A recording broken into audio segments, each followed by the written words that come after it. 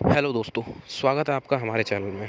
तो दोस्तों, आज हम जानेंगे कि कास्टिज़्म क्या है, जातिवाद है क्या, जातिवाद की मूल समस्या क्या है और जातिवाद से क्या क्या दिक्कतें होती हैं। दोस्तों, भारत में विभिन्न धर्म के लोग रहते हैं, हिंदू, मुस्लिम, सिख, ईसाई आदि, और हर एक धर्म अनेक जातियों में बटा हुआ है। दरअसल दोस्तों, जातिवाद एक ऐसा सिद्धांत है जिसमें हर धर्म के व्यक्ति द्वारा अपने धर्म व जाति को सर्वश्रेष्ठ माना जाता है, और यहीं से जातिवाद की मूल समस्या पैदा होती है।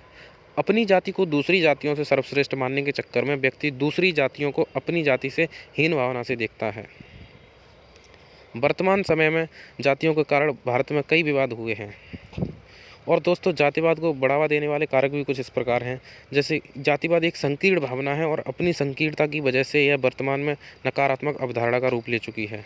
केवल अपनी जाति के प्रति निष्ठा भाव रखना जातिवाद है। भारतीय सामाजिक संरचना के हिसाब से जातिवाद बहुत ही महत्वपूर्ण कारक है। इसके नुकसान तो बहुत अधिक हैं और फायदे बहुत कम हैं। तो जातिवाद किसी एक जाति द्वारा ऐसी संकुचित भावना है जो राष्ट्र और समाज के सामान्य हितों की अवहेलना करती है और एक जाति विशेष के सदस्यों को आगे बढ़ावा देती है, अपनी ही जाति के आगे बढ़ने के अवसर प्रदान करती है, और इसके लिए वह कई प्रकार के उपाय भी करती है। भारतीय सामाजिक संरचना वर्ण व्यवस्था पर आधारित थी। भारतीय समाज में वर्ण व्यवस्था एक महत्वपूर्ण अंग रही है और इससे सामाजिक और राजनीतिक जीवन के सभी वर्गों को प्रभावित किया है। वर्ण व्यवस्था के चक्कर में सामाजिक और राजनीतिक जीवन कई तरीके से प्रभावित हुए हैं।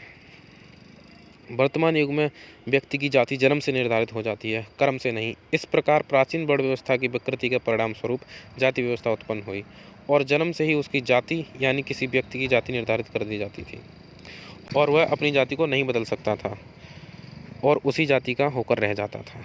ये बात अलग है कि किसी कानूनी प्रक्रिया द्वारा बदल ले। जातिवाद का समाज पर कुछ इस प्रकार प्रभाव पड़ता है।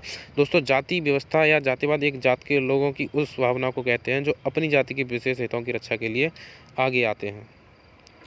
जातिवाद का प्रभाव न केवल समाज बल्कि राजनीति पर भी पड़ता है, और आज राजनीति में जातिवाद का प्रभाव इतने गहरे से बैठ चुका है या अपना प्रभाव इतना व्यापक कर चुका है कि विभिन्न राजनीतिक दलों ने जाति समीकरणों के आधार पर उम्मीदवारों को चयन करने का निश्चय कर लिया है और किसी क्षेत्र विशेष में जाति के आधार पर उम्मीदवार को तय करते हैं, किसी जाति विशेष के आधार पर वहाँ पर उनको जीत हासिल हो सके।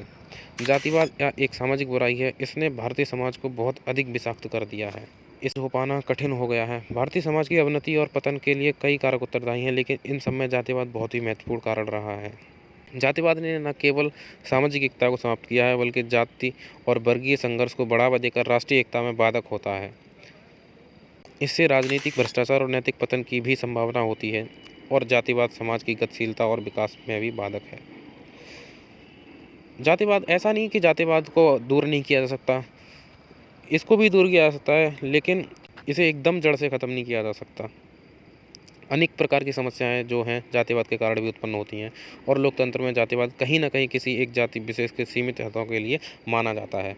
वह बहुसंख्यकों के हितों को प्रभावित करता है। तो इस तरह जातिवाद को दूर करने के भी कई उपाय हो सकते हैं, कई उपाय किए जा सकते हैं। उनके बारे में अगर मैं आपको बताऊं दोस्तों, जातिवाद को जन्म देने वाली जो ये कुप्रथा है, इसको एकदम से समाप्त नहीं किया जा सकता, लेकिन इस दिशा में कुछ प्रयास किए जा सकते हैं।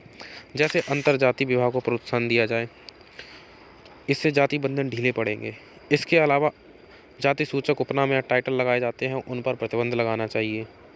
साथ ही साथ जातिगत आधार पर होने वाले चुनावों पर प्रतिबंध लगाया जाना चाहिए और जाति विशेष या वर्ग विशेष के आधार पर इसका विरोध व बहिष्कार किया जाना चाहिए। इसके अलावा जाति प्रथा के विरुद्ध प्रचार प्रसार और लोगों में जागरूकता फैलानी चाहिए। समाज में जो आर्थिक और सामाजिक समानता और भेदभाव है उसको समाप्त करना चाहिए। दोस्तों, उम्मीद करता हूँ आपको वीडियो पसंद आई होगी। अगर वीडियो पसंद आई तो लाइक करें और चैनल को सब्सक्राइब करें और